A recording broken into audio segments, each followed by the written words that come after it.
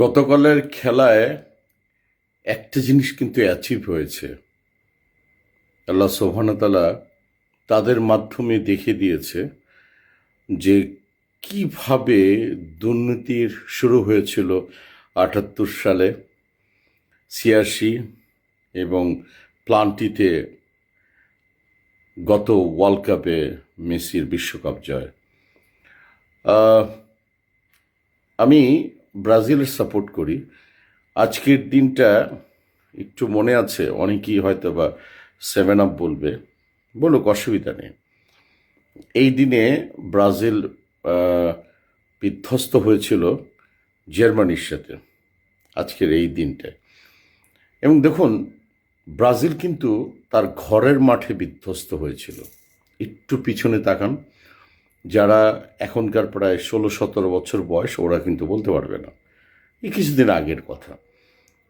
আমি প্রায় 10টা কি 11টা ওয়ার্ল্ড কাপ দেখলাম আমার জ্ঞান বুদ্ধিতে।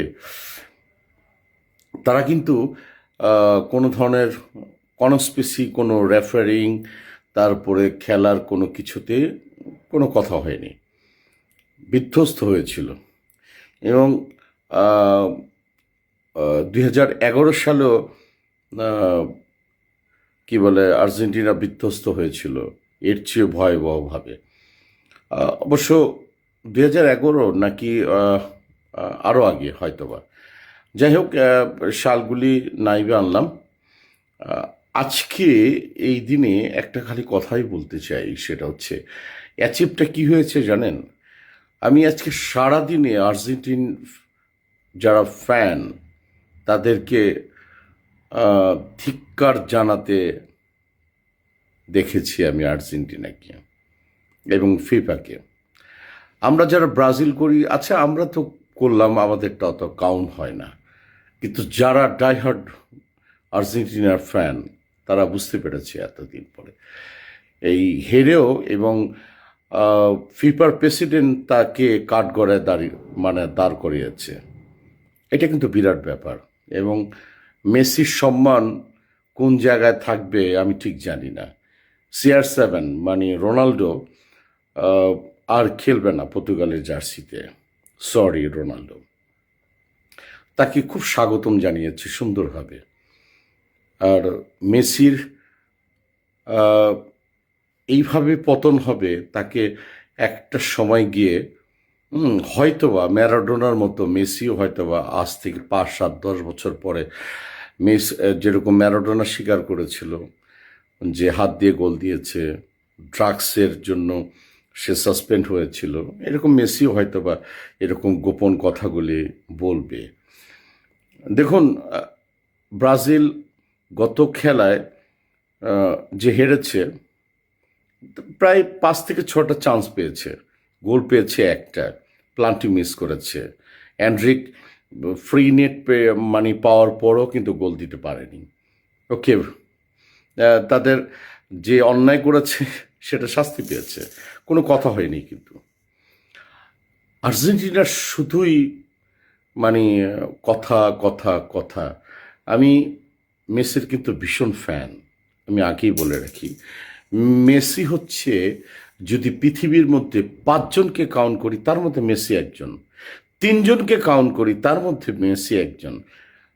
তার মানে তার জায়গাটা আমার কাছে শ্রদ্ধার জায়গা। কিন্তু মেসি ক্যাপ্টেন থাকা অবস্থায় এই ধরনের, ওর মতো একটি প্লেয়ার এই ধরনের অন্যায় কাজের সাথে আর্জেন্টিনা জড়িত, আর ফিফা জড়িত, আর সেটাকে সায় দিচ্ছে প্রতিবন্ধীর মতো, একদম প্রতিবন্ধী।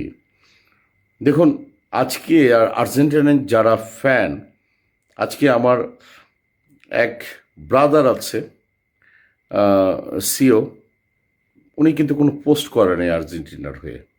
উনি বুঝতে পেরেছিলেন যে আর্জেন্টিনাকে নিয়ে গর্ব করার কোনো কিছু নাই।